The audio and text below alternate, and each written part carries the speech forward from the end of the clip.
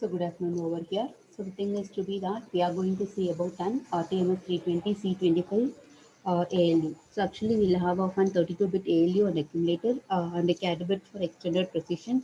We'll have a fun word for deduction and saturations, sign extensions options, 0 to 16-bit parallel shifter for loads and arithmetic operations, shifters on product registers, output data, 0 to 7-bit parallel shifter for accumulator stores. So when you are saying about over here, what about the multiply instructions? So we'll have a fun mark multiply data memory, which is to program memory and add past P registers to the accumulators over here. So we'll have a data bus and we'll have a T registers, multipliers and P registers, which will be multiplexed and given to the value.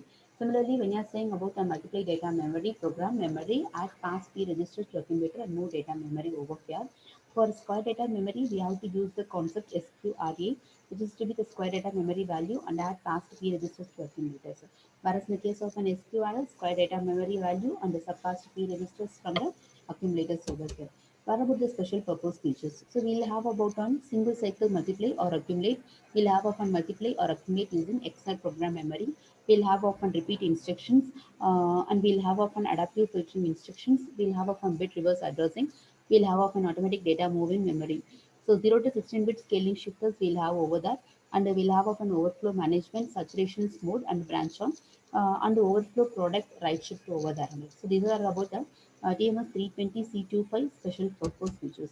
Whereas in the case of an higher performance at less code space or to be the summations value yn is equivalent to bq of x of k minus a, k is equal to 0. For the repeated instructions, we'll have a 3-word programs memory 53 cycles. Whereas in the case of an PMS 320 C25, we'll have often three different addressing mode. One to be the immediate addressing, second one to be the direct addressing, and third one to be the indirect addressing. Whereas in the case of an immediate addressing, we'll have often both long and short constants. We have to make an addition of the value so that we'll have often immediate addressing over there. So if we want our data, then automatically it will be stored over on it. So this will be stored in the program memory. Whereas in the case of a direct addressing, so it will be same as that of an TMS 320 C1X, but the thing is to be that we have to use of an 128 document over there. So we'll have of a 9 bits words for long sequences inline code over there. Okay. And whereas in the case of an indirect addressing, we'll be using of an B access registers, which is used often in program loops with auto increment or decrement operations over it. So whereas in the case of an addressing mode, apart from that, we'll have often two different addressing modes. One to be the circular buffer addressing mode, another one to be the bit reverse addressing mode. Whereas in the case of an access registers instructions, so these are all the instructions codes. Whereas LAR, which is given for load auxiliary registers, which is to be with respect to the data. Whereas LARK, we have to make and load access registers with respect to an 8-bit constants. Whereas in the case of an LRLK, so we have to make and load access registers with respect to 16-bit constant. MAR, which stands for an modify auxiliary registers. Whereas in the case of an SAR, which is given for store auxiliary registers. Whereas in the case of an ADRK, we have to give about an add 8-bit constant to access registers. SPRK, which stands for subtraction of 8-bit constant value, whereas LARP, which stands for load auxiliary registers pointers over on it.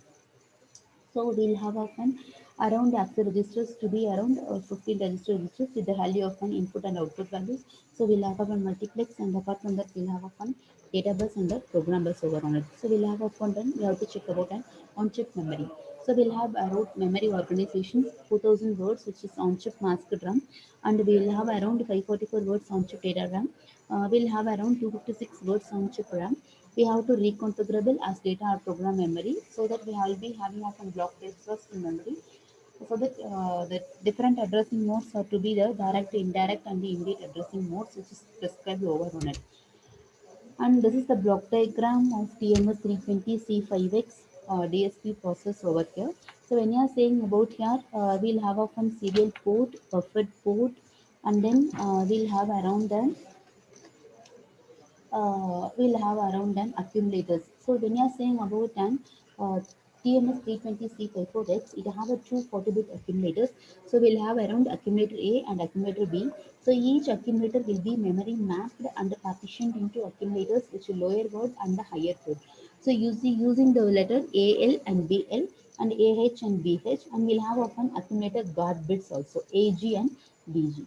So when you are saying about an lower bit data, so for an A accumulator, We'll have some lower order bits which is starting from 0 to 15, so we'll have 16 bits, and then higher order bits which starts from 16 to 31, and then guard bits will have around 32 to 39. Similarly, this is, will be occupied for the case of an accumulator B also. So the accumulator A and B can be configured as an destination registers for max unit or ALA. The guard bits which is used as a head margin for computations. The only difference between accumulator A and B is that of dips 32 to 16 of A can be used as an input to the multiplier of an MAC unit over here. And what about the various interrupts which is supported by the TMS 320? So we'll have often hardware interrupts, internal interrupts, software interrupts. So external interrupts will have often INT1 to INT4, which is to be unmaskable. We'll have often non-maskable interrupts, whereas internal interrupts will have often serial port, timer, and then PDM port. So then finally we'll have some software interrupts. So we'll have a trap, NMI, and INTR. What about the elements in the program control of CMS 320? We'll have a 16-bit program counter, 16-bit status registers, processor mode status registers, circular buffer control registers, hardware stack, address generation logic, instruction registers, interrupt flag registers, and the interrupt max registers. Whereas in the case of one program control of DSP processor, it decodes the instruction, it manages the CPU line, it stores the status of CPU operations, it decodes the conditional operations. So when you're saying about a general purpose microprocessor, we'll have upon circa 1984 Intel 8088. So we'll have upon 100,000 transistors. We'll have around clock speed around 5 megahertz. Whereas in the case of an address space, it is about 20 bits, plus bits around to be 8 bits. 100 plus instructions which is over there. We'll have around 2 to 35 cycles per instruction, and we'll have a fun micro-coded architecture. Whereas in case of an DSP TMS 320 10, we'll have a clock to be 20 megahertz. It is around 6 bits. We have an 8 and 12 bits addressing space. We'll have around 50,000 transistors and 35 instructions. So it is used as an hardware architecture, and it will have a hardware multiplier. We'll have a double length accumulator with calculations. The special DSP instructions is given relatively inexpensive. So what about general purpose microprocessor 2000? We'll have around gigahertz clock speed, 32-bit addresses per node. We'll have around 32-bit bus and 128-bit instructions. We'll have a complex memory, super scalar CPU, whereas in case of an MMX instructions and on-chip cache, single cycle execution, 32-bit floating point ALU on board. This should be very expansive and 10 seconds of WhatsApp power over on. Whereas in case of an DSP in 2000, we'll have around clock 100 to 200 megahertz, which is around 16-bit floating point or 32-bit floating point. We'll have around 16 to 24 bits address space. And about large and chip and off-chip memories over on it, we'll have a single cycle execution of most instructions, and we'll have a Harvard architecture, lots of special DSP instructions, 50 milliwatt to 2 watt power, and we'll have a chip over. What about the future of DSP microprocessor? Sufficiently, it is unique for an independent class of applications. It have a low power consumptions and low cost. We'll have a high performance within power cost constraints and fixed point and floating point. Better compilers that users must be informed, which will have a hybrid DSP or CP system. So by that, the topic gets over. So, uh, so the book unit which says about around over here to be the we'll have around about that. So thing has to be that the final barrel shifters multiplier order units, the compact and store unit, so everything which will be covered in the pieces of and explaining the architecture of TMS 320 350 process. So thank you all. Wish you all.